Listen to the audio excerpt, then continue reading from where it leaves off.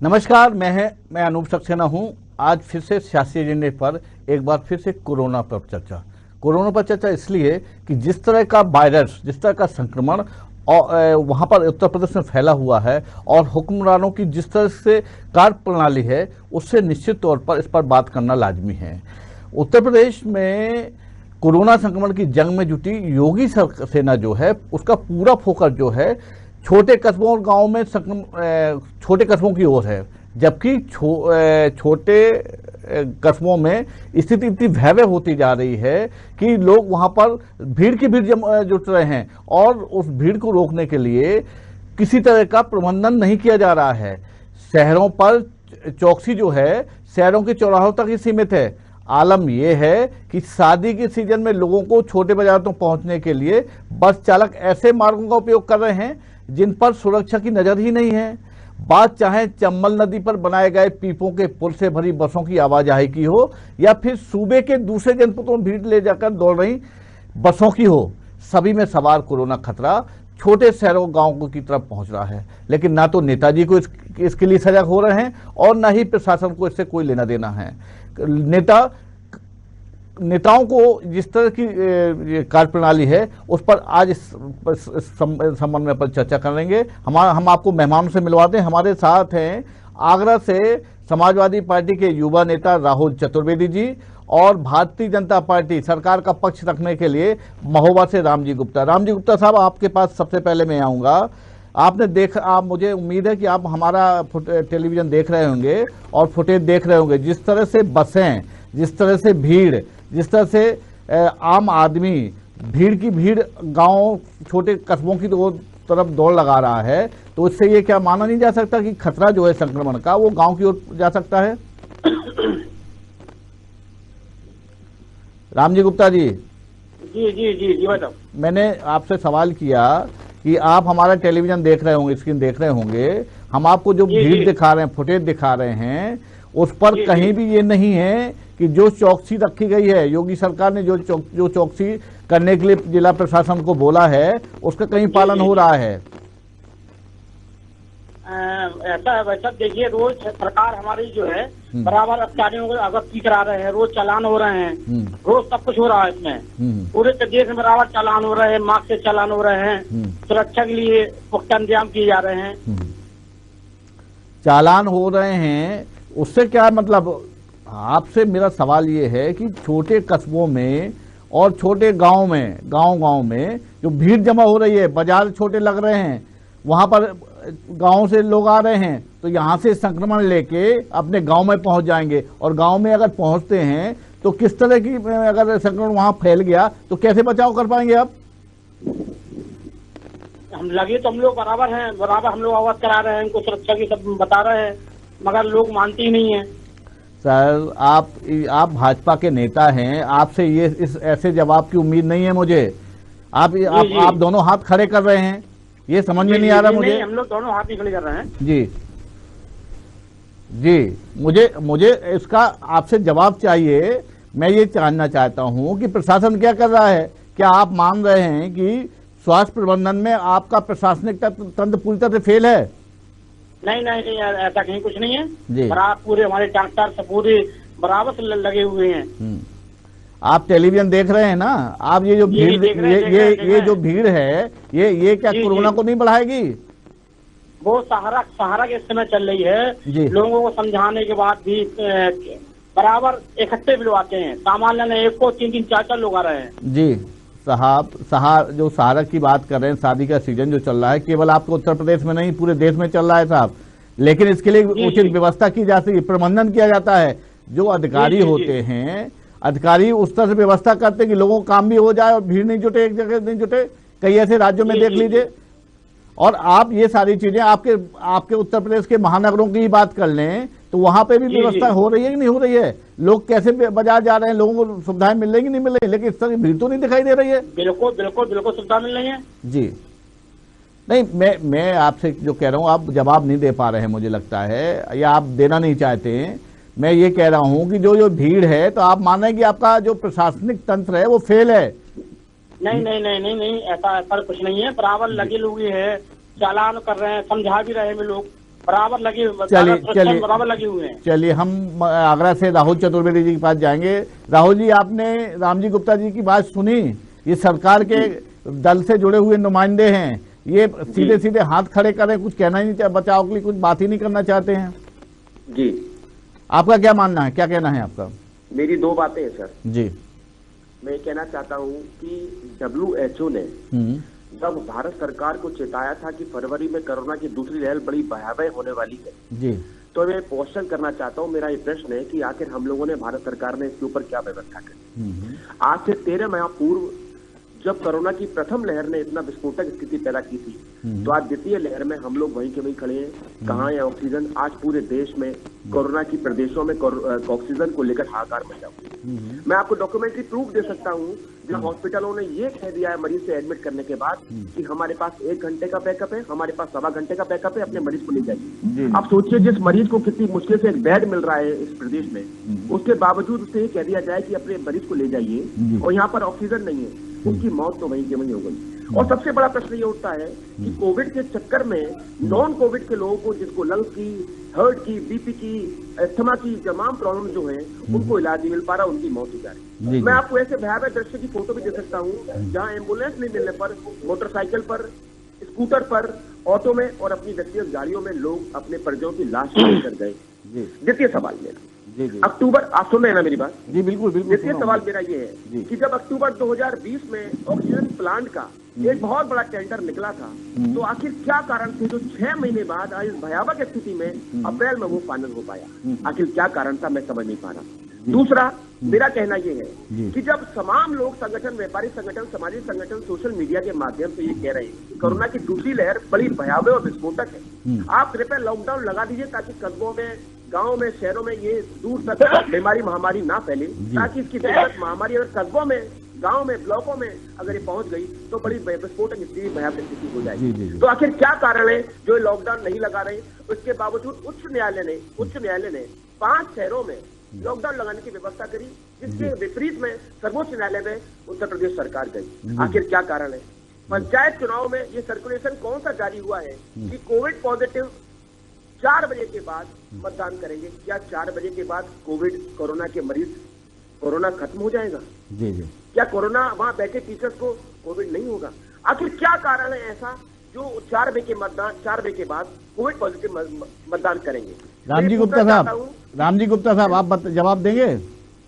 भैया जी, हमारे विपक्ष के लोग हैं, हम लोग अगर लॉकडाउन लगाते हैं तो उन लोगों को तकलीफ होती है, हम लोग लॉकडाउन नहीं लगाते तो उन्हें तकलीफ होती है, लगाते हैं तो तकलीफ होती है। उनके जो सवाल है, कॉन्क्रीट सवाल है, वो ये कह रहे हैं कि आपने जब पहली लहर के बाद कोई व्यवस्था नहीं की, आप सजग क्यों नहीं हुए? WHO ने जब आपको चेतावनी दी थी तब आपने क्यों सजग नहीं हुए?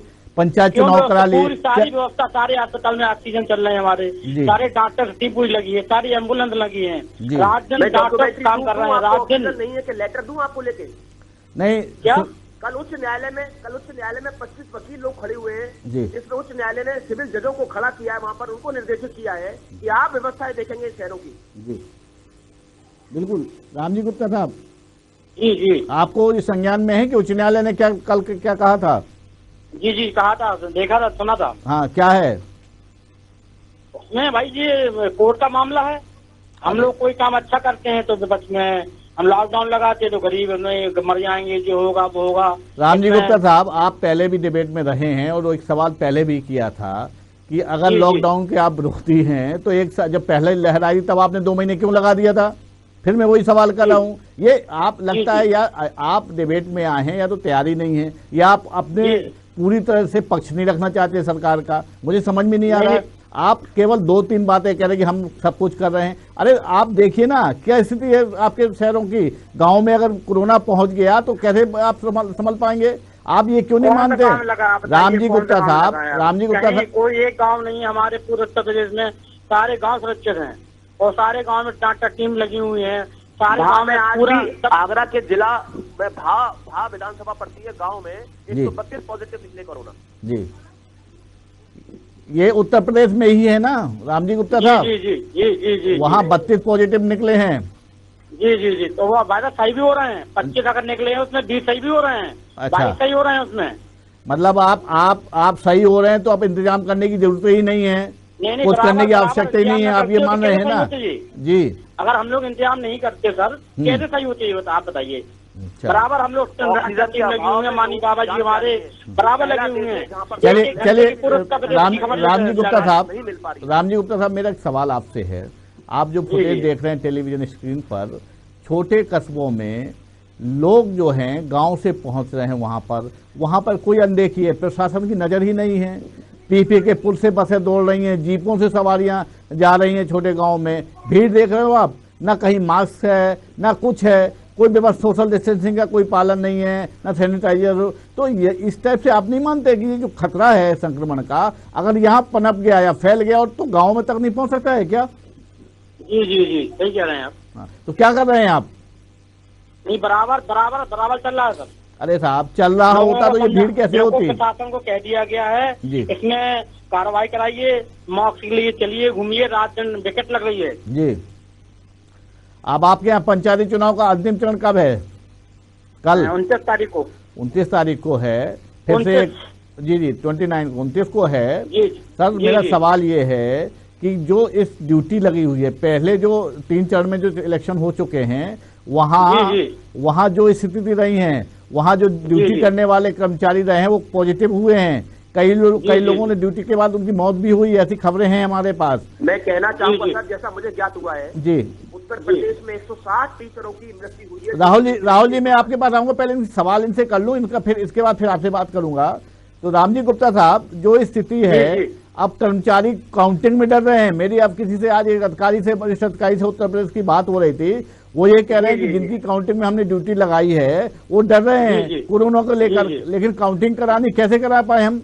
जब इस तरह की स्थिति है साहब, तो कम से कम उसका कोई वैकल्पिक व्यवस्था तो होनी चाहिए, नहीं होनी चाहिए? आप क्यों नहीं मान रहे हो कि आपका जो प्रशासन है, आपका जो प्रशासनिक तंत्र है वो फेल हो गया, वो दूरदर्शी नहीं था? नहीं, बिल्कुल फेल नहीं है, बिल्कुल फेल नहीं है जी। इस बात को हम नहीं मानते हैं, बिल्कुल फेल नहीं है साहब। इतने लोग काल के गाल में संभाल रहे हैं, अधिकारी शिक्षकों की मौत हो गई है ड्यूटी पे, आप मानने को तैयार ही नहीं हो, तो मैं क्या आपको उदाहरण पेश करूं जिससे आप माने? क्या बताएं? आपको तस्वीर दिखा रहे हैं, आपको उदाहरण दे रहे हैं, आप कुछ मानने को तैयार ही नहीं है। राहुल चतुर्वेदी जी, आप कुछ कहना चाहते थे? पंचायत चुनाव में जिन शिक्षकों की ड्यूटी लगी थी, जैसा मुझे ज्ञात हुआ है विश्वसनीय सूत्रों से, अपने निर्देश से, जी कम से कम एक। और रही बात जो वैक्सीनेशन की कहते हैं जी, मेरे पास प्रूफ, एविडेंस प्रूफ है, डॉक्यूमेंट्री प्रूफ है जी कि जिस समय से आदमी ने यहाँ पर रजिस्ट्रेशन कराया है उसको डेट और समय निश्चित दी गई, 4 दिन बाद की, 5 दिन बाद की। जब वो स्वास्थ्य केंद्रों पर वैक्सीन लगवाने गया है तो वहाँ वैक्सीन की उपलब्धता नहीं है और भीड़ लग रही है, लोग आपातकाली मची हुई है। क्या वहाँ कोरोना नहीं फैलेगा? आखिर वैक्सीन की क्या व्यवस्था है? जब इतने अवेयरनेस है, इतना पैसा खर्च हो रहा है पब्लिसिटी पर वैक्सीन की है, लेकिन रजिस्ट्रेशन के आने के बावजूद जब स्वास्थ्य केंद्रों पर जाते हैं तो वैक्सीन खत्म हो जाती है, या वो कहते हैं पहले 10 लोग इकट्ठे हो जाए उसके बाद वैक्सीन लगी। आखिर क्या कारण है इसका प्रमोट होने का? रामजी गुप्ता साहब के लिए आपने क्या सोचा है? खबर है झूठी खबर है। रामजी गुप्ता साहब, वैक्सीन हम लोगों के पास रखी है। रामजी गुप्ता साहब को प्रचार चल रहा है, रोज बाबा जी का ऐड आ रहा है, टीवी में ऐड आ रहा है, अरे टेलीविजन के ऐड से ही जाइए वैक्सीन लगवाइए।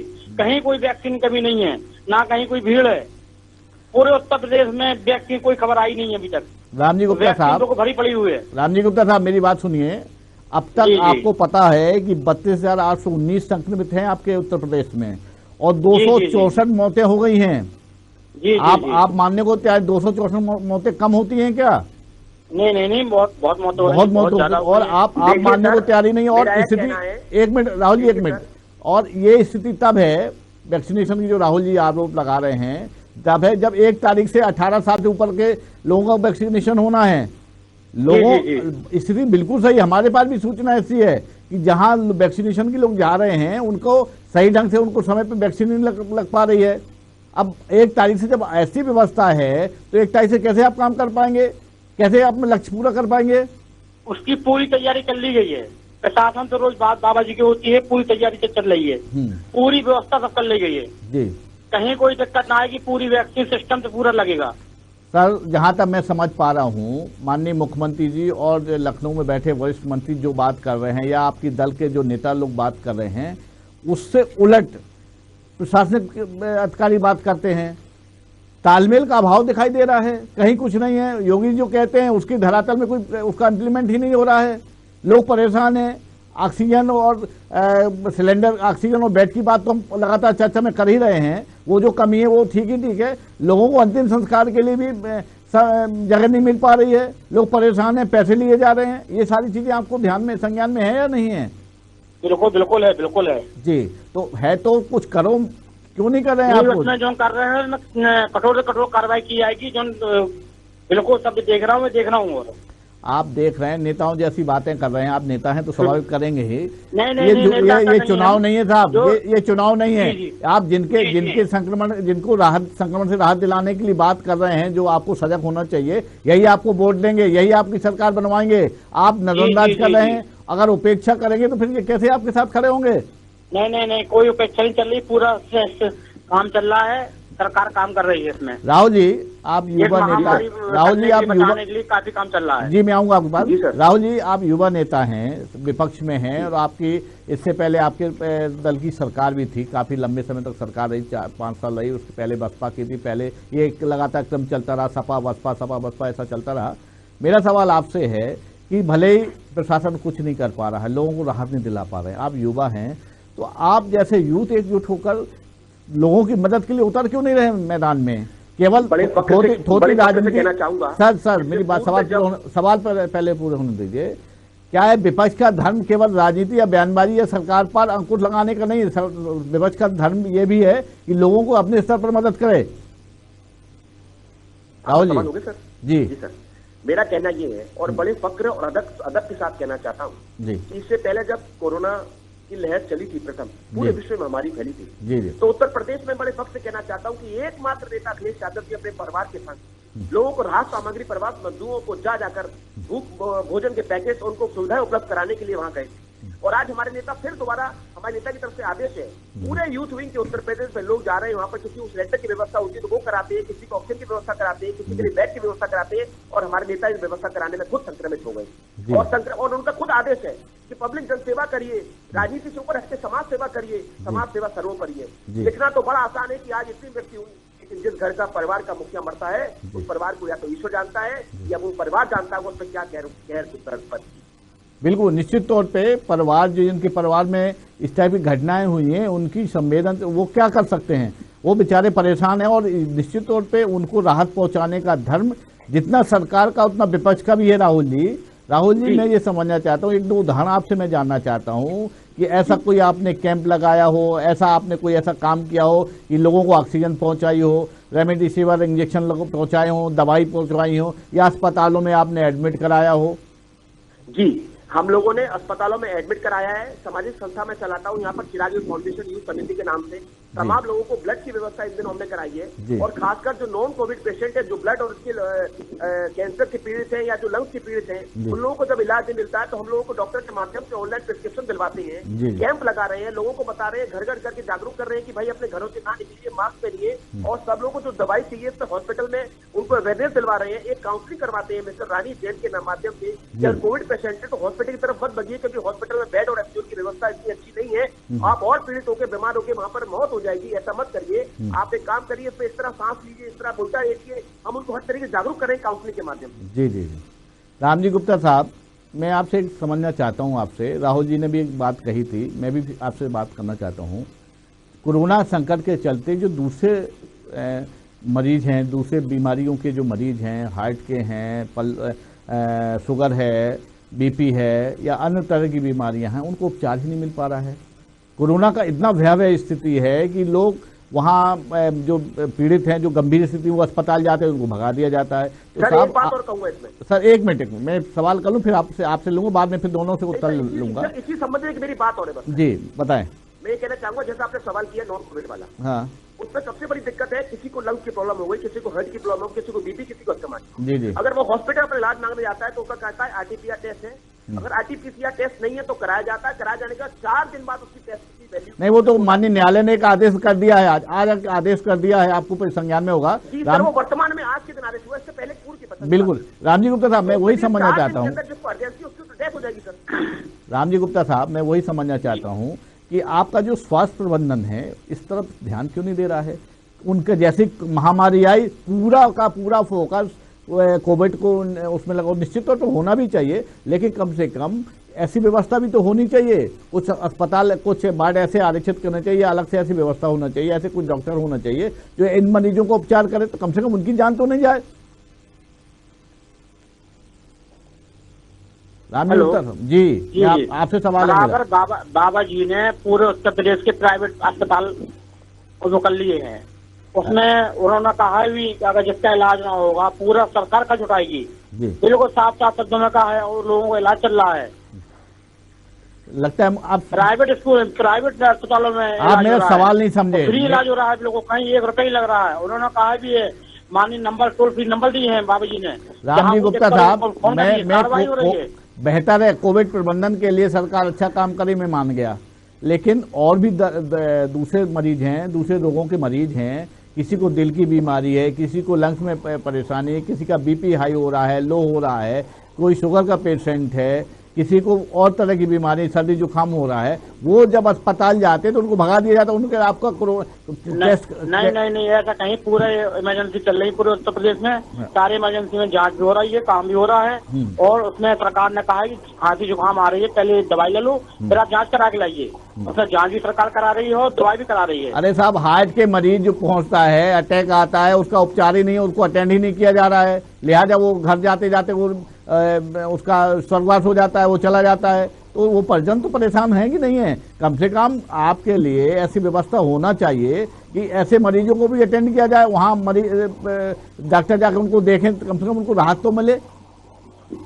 जहाँ कोई दिक्कतदारी मानी, वहाँ हमारे जिलाध्यक्ष जी हैं, पूरे विधायक सांसदगढ़ हैं, आप सबके नंबर सारे विधायक इस समय लगे हैं मरीजों को हाल चाल लेने के लिए। रोज हमारे यहाँ विधायक हैं, पूरा लखनऊ में, कानपुर में सारे विधायक, सारे सांसद लगे हुए हैं जी। एक बात कहना चाहता हूँ डॉक्टर जी, आगरा के जिलाध्यक्ष जी के पिताजी को भी ऑक्सीजन के अभाव में बेचारे की डेथ हो गई कल।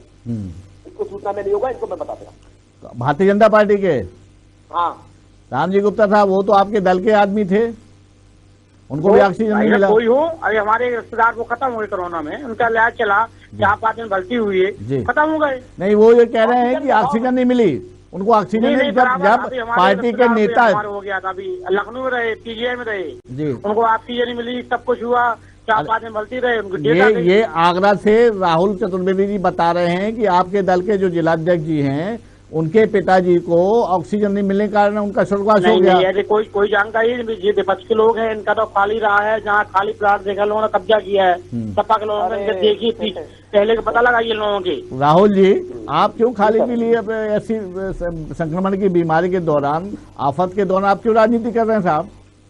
सर, मैं राजनीति ना करी, हम लोगों ने राजनीति हमेशा इन्होंने करी है। और मैं एक बात अंत में कहना चाहता हूँ आपसे कि जाति और धर्म की राजनीति छोड़कर अब चिकित्सा और शिक्षा पे बात कर लीजिए, चिकित्सा पर चर्चा करिए, ना कि किसी और मुसलमान पर। अंतिम बात कहना चाहता हूँ जी जी। रामजी गुप्ता जी क्या कह रहे हैं? राहुल जी, सुना आपने राहुल जी को? जी, क्या आवाज सुन नहीं पाए सर? राहुल जी का ये कहना है कि आप राजनीति की बात मत करिए, आप व्यवस्थाओं की बात करिए, प्रबंधन की बात करिए। बात कर रहे हैं सर, व्यवस्था की बात कर रहे हैं, सब जो उत्तर प्रदेश के लोग सब देख रहे हैं, सब जान रहे हैं, व्यवस्था की बात कर रहे हैं। सर, अगर व्यवस्था होती तो संक्रमण के मामले में उत्तर प्रदेश दूसरे स्तर नंबर पर नहीं होता, और यही हाल रहा, जो भविष्यवाणी की जा रही है, लोगों का, विशेषज्ञों का कहना है, अगर यही हाल रहा तो महाराष्ट्र से भी ऊपर निकल जाएंगे आप कह रहे हैं आप व्यवस्था कर रहे हैं। कुछ नहीं है, माननीय मोदी जी, माननीय योगी जी दोनों लगे हुए हैं, पूरे बराबर एक घंटे की नजर ले रहे हैं, एक घंटा वीडियो कॉन्फ्रेंस में बात कर रहे हैं सभी डॉक्टरों से, बराबर सब चल रहा है उसमें। लेकिन बात कर रहे हैं, लेकिन बात कोई मानी नहीं जा रही, उसका कोई पूरी बात पूरी ना मानते सर, पूरा तकलीफ मच जाती, कितनी लाख क्या हो जाता सर। बात तो मानी रहे, आलू सही हो रहे हैं, अब आप देखिए मरीज कितने सही हो रहे हैं, आप देखिए कितने लोग सही हो रहे हैं। जी, राहुल जी कुछ कहना चाहते हैं, आपसे सवाल करना चाहते हैं राहुल जी? कह रहे हैं ना, सरकारी फोनों पर सारे मरीज ठीक हो रहे हैं, फोन पे सारे इलाज हो रहे हैं। मैं आपको बड़े फक्र से कहना चाहता हूँ, और 2 घंटे का समय देता हूँ, पूरे 2 दिन का। आपको जो कंट्रोल रूम के नंबर है ना, आप एक बेड आगरा में इस्तेमाल करा के दिखा दीजिए, एक बेड खाली करके साथ रहोगे, उस कंट्रोल नंबर पर फोन करिए कि आपको 2 दिन में जवाब मिल जाए कि बेड खाली, और अपने मरीज को भर्ती करें। रामजी गुप्ता जी, बड़ी बात कर रहे हैं राहुल जी, आप 2 दिन में भी किसी मरीज को बेड अवेलेबल करा दे तो वो आपको स्वीकार कर लेंगे, अपनी हार मान लेंगे। आप जरा नंबर दे दें हमें मरीज का, कहाँ पे केयर करना है उत्तर प्रदेश में, कहीं बता दें हमें और बताइए। राहुल जी, लिखिए आगरे का कंट्रोल नंबर 255160 चलिए राहुल जी, ये बाद में आप आपस में बात कर लीजिए, लेकिन सवाल ये है राहुल जी, सवाल ये है कि जिस ऐसा है नहीं कि सरकार पूरी तरह खाली हाथ बैठी हो, कुछ न कुछ तो कर रही हैं। आपकी भी जिम्मेदारी है, विपक्ष की भी जिम्मेदारी है, आप लोग भी सरकार पर बात करें, प्रबंधन से बात करें। सब सपा के लोग तो छुपे हैं, एक समझ में नहीं आ रहा है, हम लोग तो लगे हुए हैं। माननीय प्रदेश अध्यक्ष जी ने कहा हमारा आदेश है, हर का करता हुआ बूथ का करता लगा हुआ हमारा जी। सपा के लोग सब अंदर बड़े हैं, कोई सामने नहीं आ रहा, ना कोई टेंट, ना कोई सहयोग, कहीं नहीं लगे। हम लोग बराबर मास्क मार रहे हैं, सैनिटाइजर बांट रहे हैं, पूरे कार्यकर्ता उत्तर प्रदेश के लगे हमारे। तो आपने इनसे सहयोग मांगा क्या? रामजी गुप्ता जी, आपने इससे सहयोग मांगा कि आपकी ड्यूटी, आप सरकार चला रहे हैं, इनसे आपने सहयोग मांगा क्या? नहीं, बस इसमें सहयोग मानने क्या, वो तो सब सामने है जी, मदद करिए जी।